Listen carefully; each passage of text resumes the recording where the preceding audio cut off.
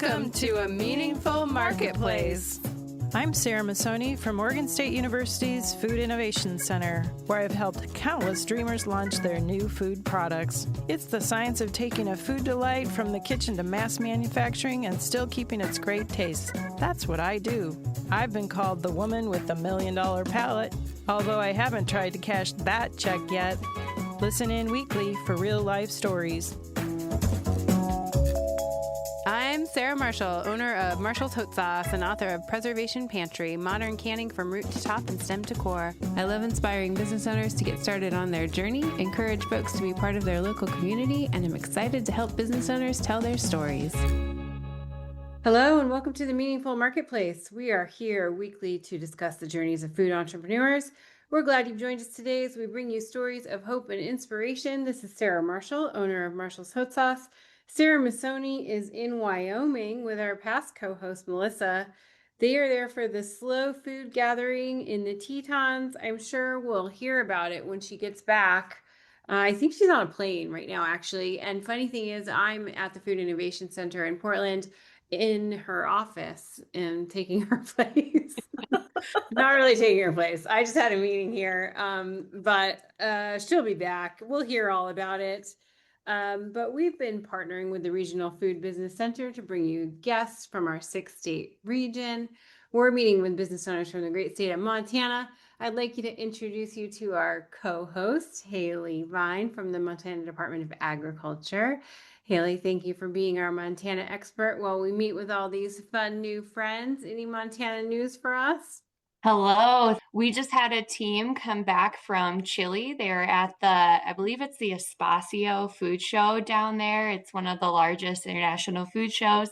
And they were doing some promotion with our pulse crops and our Ola Montana program. So if you want to learn more about that, I'm sure they'll be having some media releases and you can find more on our website. That sounds fun. Yeah. Very cool. Well, we'll put a link to it so people can find out more information. We would like to encourage you to connect to your state by signing up for the Regional Food Business Center newsletter. It's a breeze to sign up. Just go to Northwest Rocky Mountain Regional Food Business Center.com, hit connect with us, and choose the button to receive newsletters. We want to thank our sponsor for supporting the Meaningful Marketplace. Thank you for helping us spread the word about small business owners and entrepreneurs. Let's hear a word from our sponsor. The Northwest and Rocky Mountain Regional Food Business Center is the proud sponsor of the Meaningful Marketplace podcast, giving a voice to food from across the 6-state region of Colorado, Idaho, Montana, Oregon, Washington, and Wyoming. The Food Business Center supports Northwest and Rocky Mountain food industry makers as part of the USDA's National Network of Food Business Centers, supporting a more resilient, diverse, and competitive food system as a go-to source for small and mid-tier food and farm businesses with a focus on underserved communities, providing education in the form of technical knowledge, business programs, and industry news. We sponsor trade shows, meetups, and conferences to connect growers, producers, retailers, distributors, and processors, all to stimulate business and raise the standards of our storied food industry. Join us as we travel through the 6-state region, learning more about food makers, food hubs, and food systems. Visit the website at Northwest Rocky Mountain Regional Food Businesses.com to get connected. And I would like to introduce you to our guest today, Meggen Wilson. She is the owner of Wild Montana Foods. Welcome. We're delighted to have you on the show today. Thank you, Sarah. Thank you so much for having me. I was cracking up because months ago, I was out walking, listening to the podcast, and you and Sarah were chit-chatting, and one of you said, "Oh, we had a phone call." And you were so surprised. And it was like, yeah, we had a phone call from Meggen Wilson in Montana, wondering when we were going to come around. And here I am out walking or driving or something. And it was so disarming to hear your name being mentioned on a podcast. Full circle, here I am. That was me who called. Yeah, you called our hotline. Thank you for calling. You left a message saying you wanted to be on the show. And I said, well, we want to have you on the show, but you have to wait till we talk about Montana. And then now here you are. I know. I think that podcast was like back in May or something. I can't even remember what state y'all were in at the time. Yeah, we had to wait until we circled back. Now we're back and you're on the show. So thanks for listening. Thanks for listening to the podcast and thanks for calling in. And I'm so excited to talk about you and your business. We always want to connect people to you on your social media, first off. So let's tell people how to find your website and how to find your social media links. The website is wildmontanafoods.com, and I'm on Instagram only at Wild Montana Foods. Let's start at the beginning of your business. So, when did you start Wild Montana and Foods, and what inspired you to start it? I have had a food blog since 2018, and that food blog is called Pine and Palm Kitchen, and it's still up and running. It's a beautiful food blog. I really focus on my very, very deep roots from Florida. Believe it or not, I'm a fifth generation Floridian, but I've been in Montana for a very long time. So it's kind of that journey of Southern food meets the Pacific Northwest Rocky Mountains. And I've always been experimenting with canning and preservation, and I've made vinegars and all kinds of stuff. And my husband said, you really, other than ad revenue, you need to come up with a way to monetize your website. And so I just started goofing around and started making vinegars and giving them to friends. And that was kind of the physical iteration of the website. And then I thought, well, maybe I could get a little booth at the farmer's market, not knowing anything about anything. And so I applied for a cottage license, and they said, no, you can't sell vinegar with a cottage license. You can sell it under the Montana Food Freedom Act. But I really wanted to play by the rules, not that that's not playing by the rules. So I ended up really leaning into vanilla. And of course, I said I want to do vanilla extract, and they said, no, that has booze in it. We won't let you do that either. So I came up with vanilla sugar, vanilla maple syrup, and vanilla bean paste, sold that under cottage, and every week we would sell out. We could not keep up with demand. And then I said, we at the Whitefish Farmers Market, we get so many tourists, and they would always say, I don't want to take that in my suitcase. Can you ship it to me? And I'd say no. And so I said, I've got to get this stuff online. I've got to put it on my website. And so I did apply for a commercial license last year, and I got it. And Hailey will appreciate this. The Department of Revenue and the Department of Health didn't know what to do with me. I don't think they'd had anybody apply for a vanilla extract vanilla license. is such a outlier Yeah. in the food regulation world here. Yeah, and I thought, am I gonna have to get a liquor license? I mean, that's gonna be a gazillion dollars. I'll be out of business before I ever got the thing off the ground. And so Department of Health and Department of Revenue kind of batted me back and forth for a few months. And they said, no one's getting drunk off of a 2-ounce, $15 bottle of vanilla. So they did give me the license. So we are now fully licensed almost 2 years now. Yeah, 2 years, because I just had my second kitchen inspection.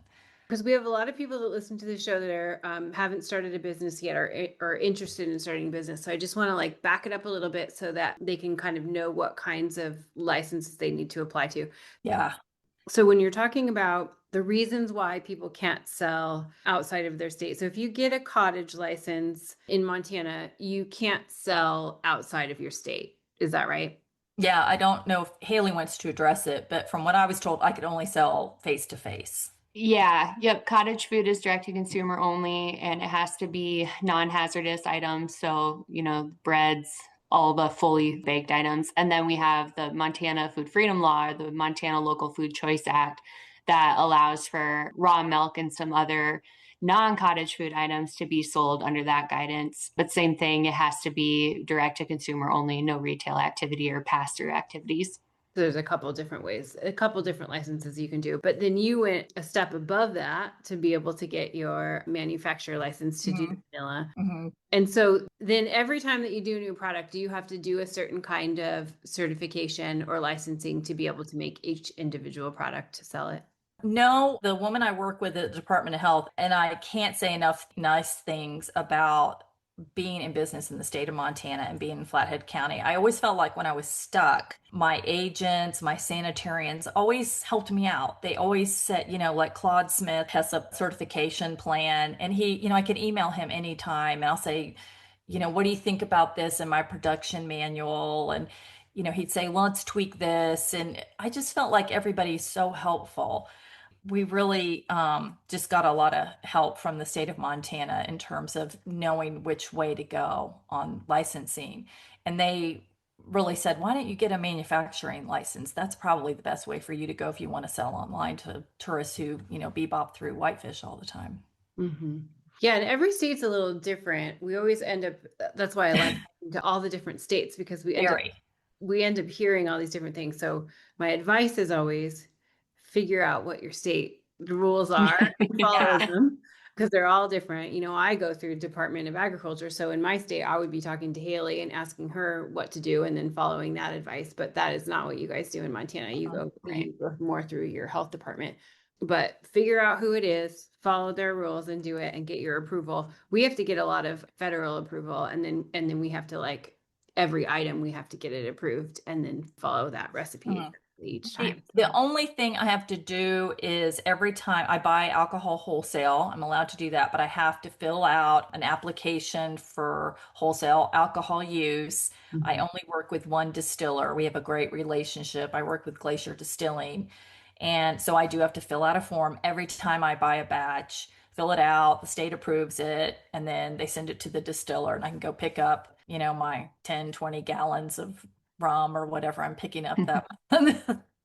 Are you doing that often, or will that 10, 20 gallons last you a few months? It'll last me. We're trying to figure out how to scale this business, and our number one and number two sellers don't require that much alcohol. Our number one seller is our vanilla bean paste, which has water, alcohol, honey, vanilla beans, and like a teeny tiny little bit of xanthan gum just to suspend the vanilla bean caviar in the paste. And then the vanilla maple syrup is our number two seller that we can't keep that in stock. So the vanilla extract, and it also, it takes 12 to 18 months to extract. So we always have gallons and gallons of it in production, but it takes a long time for it to be able to be decanted and bottled. So we're Right. in a good place right now. I don't see myself selling out for a couple of years, but you do have to fill out a form every time you pick it up. So I can't pick up more than 5 gallons at a time because I can't lift it. I can't carry any more than that until I can hire somebody stronger. I've only ever really made vanilla extract where you let it sit for like a very long time. And I'm not asking you to give away any of your secrets at all. But is the process a long process for you to make your products? And is that like equated into your costing? That's a great question. And the answer is yes and no. So, vanilla maple syrup we can make in real time. If I had a retailer who said, I need 5 cases, we could make 5 cases pretty quickly as long as we get the maple syrup in and we have the beans in stock. The vanilla bean paste, I like it to sit for 30 days before I sell it or I ship it or I give it to a retailer. 30 days on the shelf really it cures, I guess that's a nice word for it. And then my vanilla extract, and this isn't industry standard at all because I think the industry standard is to almost like sous vide the beans and really make that a quicker process, but we cold extract and in a room that's about 60, 65 degrees. And that takes 12 to 18 months. And Wow. when I first got into it, I saw a chef, on Instagram or something. She just threw some beans in a bottle with vodka. And she said, oh, in 3 months, you'll have vanilla. And in 3 months, you'll have brown vanilla scented vodka. You will not have vanilla. There's a lot to be said about splitting the beans, cutting the beans, straining the beans, adding more alcohol, adding more beans. And I do a double fold recipe. So I do double the amount of beans that's required by the FDA to be called vanilla. And then I have a refractometer and I measure, we cut the alcohol and it has to be at 35% before we decant it. So I have to have it at 35% alcohol. And I really want a rich, robust, caramel notes, kind of dried cherry vanilla. And if it's not ready, it's not ready. So sometimes it takes 12 months, sometimes it takes longer. So just depends. Wow. That's interesting about the 3 months thing because I saw on Instagram where it gave like a Christmas is around the corner. If you want to make homemade gifts, get your vanilla ready right now. Yeah, yeah. And I see those and sometimes I'll comment and say, Yeah, maybe it'd be good for Easter baskets. I don't Yeah, know. there you go. But it does take a long time. You have to process the beans. I mean, I really go through those beans. I check them for any mold, anything. I know once you put something in alcohol, it pretty much sterilizes it. But sometimes the beans aren't oily enough. They're not plush enough. They don't have enough fat and moisture in them. They feel dried when they come. So they don't necessarily go in the bin. I might use them I'll dehydrate them and put them in vanilla sugar. We also do vanilla sugar, and they're perfect for that. But the beans that go in my paste and my extract, I go through every single one. I'm just a total lunatic. And now I know if I don't, I'm not going to get what I want. So after doing this for about 3 years, I'm getting more persnickety, I guess. Well, I know that vanilla beans probably don't grow in Montana, but where do you get your vanilla beans from? And is that process important to sourcing where you get them from? Is it hard right now with exporting and importing problems? The cost has gone up exponentially in the last few months. And I just sent an invoice to someone who hadn't ordered in 6 months, one of my retailers, and she said, "This is 35% higher almost." And I said, "My glass costs more, my beans cost, everything costs me more right now." And, so I'm taking a little bit of a hit on that. But I only import my beans from 4 countries, and I do belong to a co-op. So the co-op can source them. Only one of the beans is USDA organic, and those are my beans from Madagascar. I also import beans from Uganda, which those are my favorite beans right now. They're very smoky and earthy, and like I said, they kind of have a dried cherry note to them. I really like them. I also get beans from Papua New Guinea, which I like to put into my vanilla sugar because it's a little more floral. And I think when you're using vanilla sugar, I imagine people are baking with it and using it in their tea or coffee, and maybe they don't want something quite so robust. And then I also import some beans from Tahiti, but primarily Madagascar and Uganda are my two main countries. Ugandan beans are getting really, really pricey right now. They have terrible political things going on. Same in Madagascar. I mean, there's just a lot of political upheaval, which makes things really fun when your main commodity is all the way across the world in a different hemisphere and expensive to get. But if you want the best beans, you just have to pay that. And my customers know they're going to get an incredible product from me, so they expect me to source really the best quality beans I can. You mentioned your glass. Do your products have to be in glass? Can you explain like glass versus plastic why not cut costs with that? That's a great question. I really prefer packing in glass. It's funny because in the Flathead Valley, we don't have any glass recycling at all. But the plastic vanilla is so delicate. And if you put it in your spice cupboard next to, a jar of all kinds of other spices that are in plastic, or just are in your kitchen, that plastic will absorb other odors 1,000%. So most vanillas that you'll see on the market are in a amber glass bottle, and that protects the vanilla from the light. It protects it from other odors. It protects it from heat. And so I always tell customers, keep it in a dark pantry away from heat. The maple syrup, to me, it's a 12-ounce bottle. It's a beautiful bottle. I just like maple syrup in a glass bottle. And the vanilla bean paste is in a jar.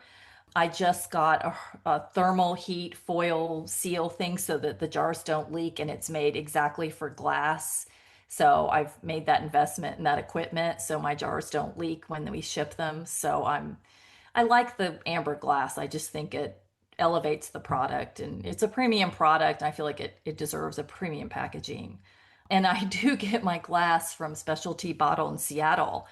And so my husband and I will drive all the way over to Seattle, pick up our order in our truck. And our truck it's a Ford F-150, but it's a Lightning, it's electric. So we don't really have a high fuel cost when we go get them, so we don't have to pay for shipping.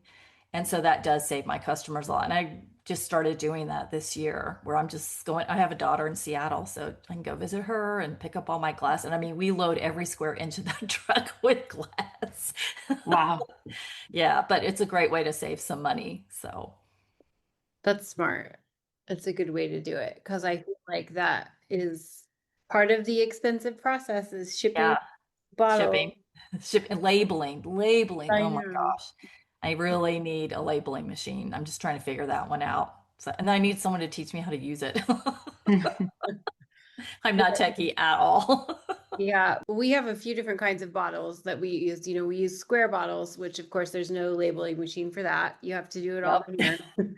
But then we have some round bottles, like for the one that our sauce we sell the most on, which is the one that was on Hot Ones. And so we have a labeling machine that has a foot pedal that you use, and you put the bottle on and it spins it and puts the label on, and that works pretty well.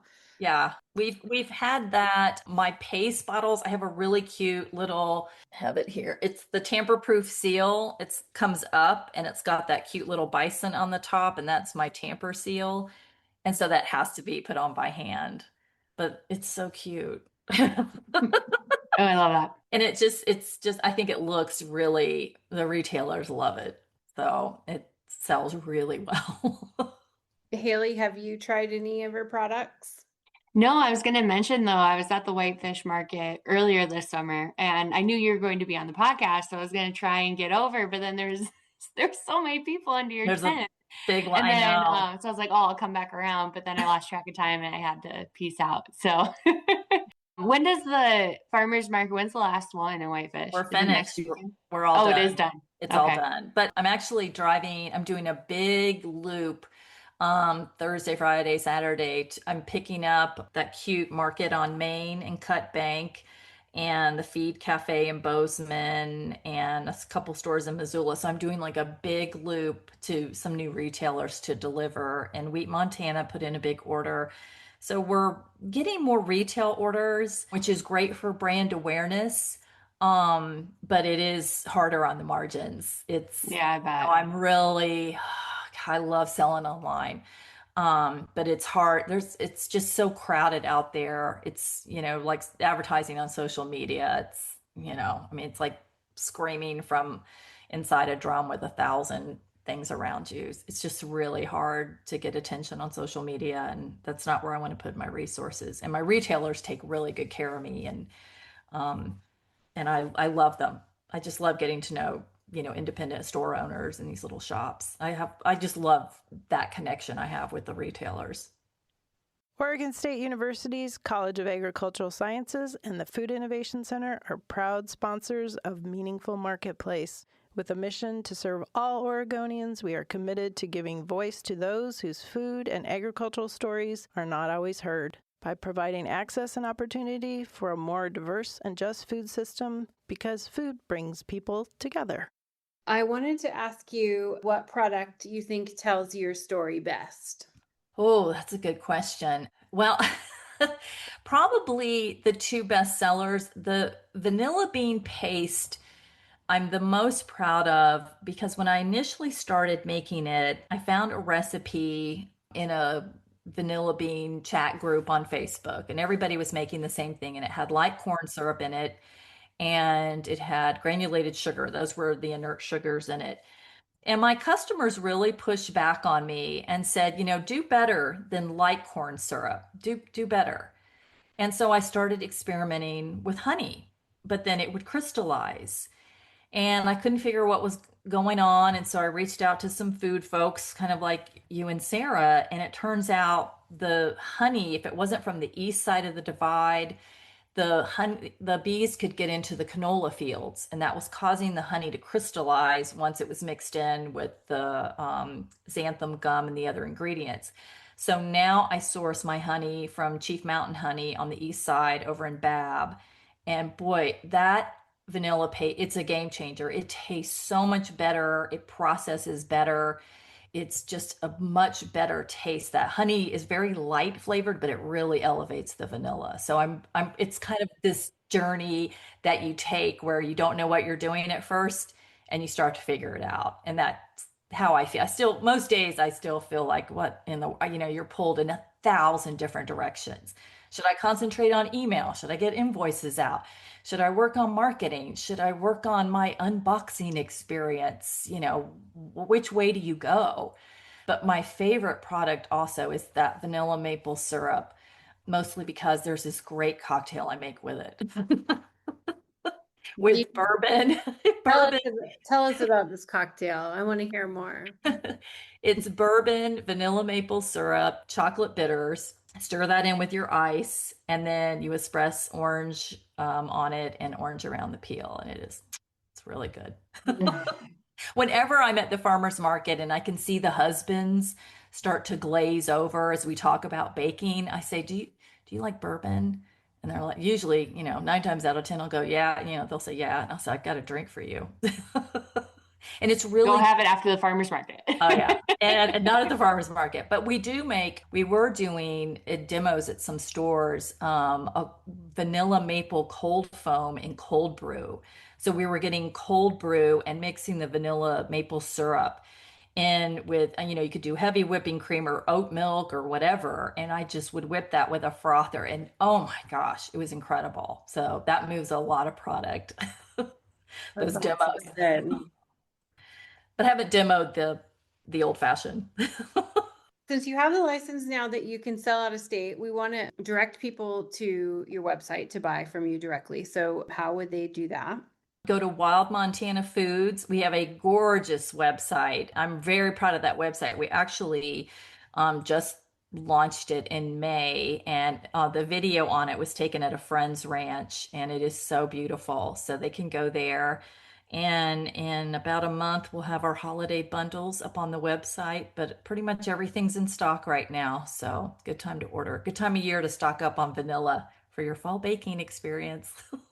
And then, of course, you can message me on Instagram at Wild Montana Foods. That's the only social media I can handle right now because I still have my food blog. I'm still running my food blog. So, Pine and Palm Kitchen. So, I'm kind of juggling a lot right now. And since we have a lot of people that are, listening that are wanting to start a business, do you have any advice for people that are currently dreaming up their future business? I am currently in that Get Your Recipe to Market class, and I absolutely love it. We have class tomorrow night, and I haven't done any of my homework. I'm way behind. That has so many great resources. Some classes I'll listen to, and they talk about, licensing your kitchen, and I kind of check that off. But there are so many resources available through that class.